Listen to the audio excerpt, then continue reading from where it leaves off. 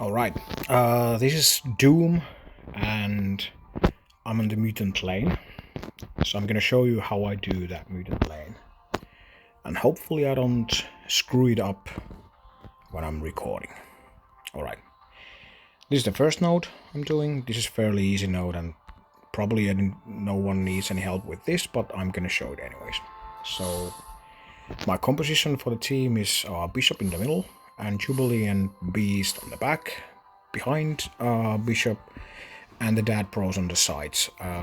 The idea in here is that Bishop will be taking a lot of damage in the middle. He can soak it easily, and actually the rest of the Axemen benefit from Beast's passive. When they drop below 50%, Beast gets speed meter and can heal. So that's like the splash damage, which usually is a bad idea, and you need to think about it. It's not that bad idea with the Axemen. And, well, you just need to protect the Dad Bros. That's why they are on the sides, as far away from Bishop as possible. But let's see how it goes. By the way, this is ISO level 5 restriction, so I have everyone ISO 5 and all the at least usual and necessary T4s ready. Okay, so the first node is pretty easy. I'm just gonna go here just to get maximum available attacks and try to flip that def up from the sorry, what's her name? Anyways, the Asgardian protector, doesn't matter too much. And just start with the Shatterstar, giving them death down, and from here they're gonna die really easily. So nothing special over here. If you want to be super safe, you can use the stun in here, but I don't want to use it. I want to save it for the next node, so I'm not wasting too many cooldowns in this node. So I'm just gonna take the maximum amount of characters that I can hit, and just blast them with the Bishop ultimate. And as you can see, it does a lot of damage. And over here, I'm gonna take her out before she can taunt. And now just save your cooldowns for the next node. It's fairly easy and simple, and just use the assists, of course, in your benefit. So you can there's only 3 Axemen, so you will get a lot of Jubilee assists, so you can use those to mitigate some damage from the opponent. But that was the first node. Nothing special in there. I think most people know how to do that one, but I'm just gonna show it the same way I do with the rest of the nodes. Alright. This next one is a bit trickier. There's Bishop and Red Guardian starting with a taunt, and they are quite tricky to get around. And there's few key characters that you need to focus on early, not to get blown away by their abilities. So in here, I'm just gonna the first attack I'm gonna do at Red Guardian, because we might flip that taunt as we did. And actually, I want to on this one Shatterstar, I'm gonna use the ultimate. I wouldn't use the special, even though you would have had it ready, because Squirrel Girl is taking her turn quite fast and cleaning all the debuffs like that.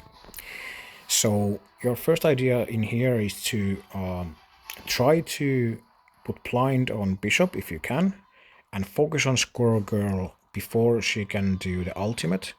So over here I'm just gonna go with the special. It's not gonna... oh, maybe it will die. Okay, that's cool.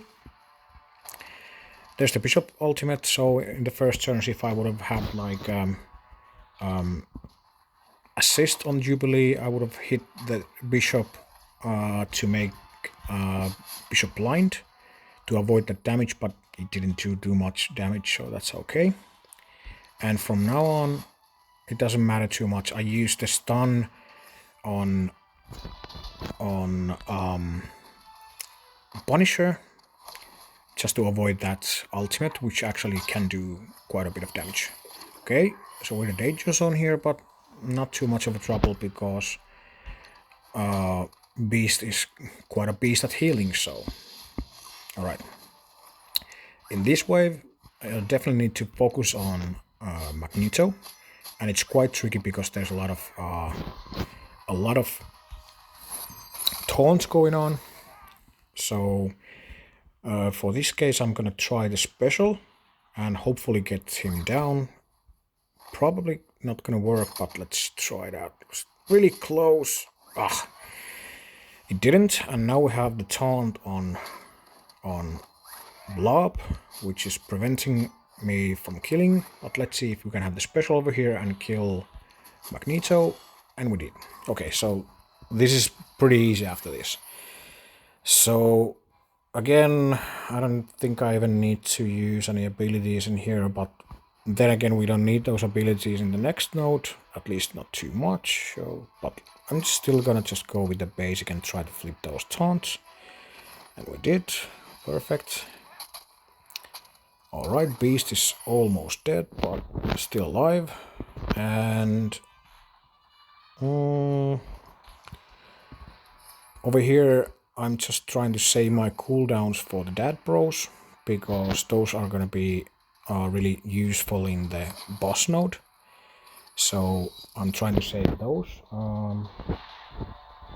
Let's see, I think the blind is best still at at Bishop, because he can do quite a bit of damage. I can definitely use the ultimate over here. And the problem is that I don't know if I have cooldowns on the Dad Pros. I'm pretty sure I do, so just basic over here and finish this node. So the key abilities that we're gonna need in the next node, and the basic idea is to use Mr. Sinister, because this node has Longshot and Shatterstar. So we actually want to clone the opposing Longshot, so we can get double benefit from their passive. So I think you will need to have your Mr. Sinister in a way that the clone will be maxed out on the passive as well. And even though once you get the train rolling, you can definitely lose this match in the early phases if they get to hit you too much. So it's essential that you use your Beast and Jubilee in a way that you can blind the key characters in this node. So let's see how it goes. Lately I've been failing at this more often than I one-shotted it, and I'm hoping that I can do it now. So for example here, I could do the ultimate, but I'm opting to use the Jubilee assist on here to get that on long shots, so that they wouldn't get as much speed meter, because the speed meter on the enemy is killing you. They can like actually go in front of your skills, and that way they can get someone killed before you get the clone and the long shot train rolling. Okay, sorry about that. Alright, so we're still in a bit of dangerous situation because of exactly that. And I think the next one I'm gonna blind over there, because I think he's gonna be the next one who can be a bit of a pain. We also just ultimate here and take the def ups, and it doesn't matter, I'm just gonna hit him and get some critical hits. And here's the key. So clone long shot, we still get at least one attack, but from now on I think it's gonna be just our attacks until the very end, but let's see how it goes. I'm just autoing here, and everyone should do the same thing, and that's because even with the auto you can lose this because of no, not lose, but you can time out easily. Usually I get like 10 seconds left on the clock when I finish this, even though I'm autoing. So this is just now you're trying to kill everyone, And since it's just Longshot, Shatterstar, and the cloned Longshot who are doing the attacking, you will get so much speed meter that they're taking all the turns from now on. So about the targeting, I usually target the ones that are the hardest to kill. So anyone with death up or high health pool or something like that. And this is because the individual like ultimate shots and basics and everything can usually take those characters down, and the AoE attack usually gets the other ones down quite fast. So you need to focus on the ones that are harder to kill. So not focus, but actually just target them. On this wave, I make sure that I don't target Taskmaster, because when you target Taskmaster, it feels like he's going to retaliate. And that retaliation hit can actually, when it comes in a bad spot, it can actually kill at least a cloned Longshot. So that's why I'm focusing on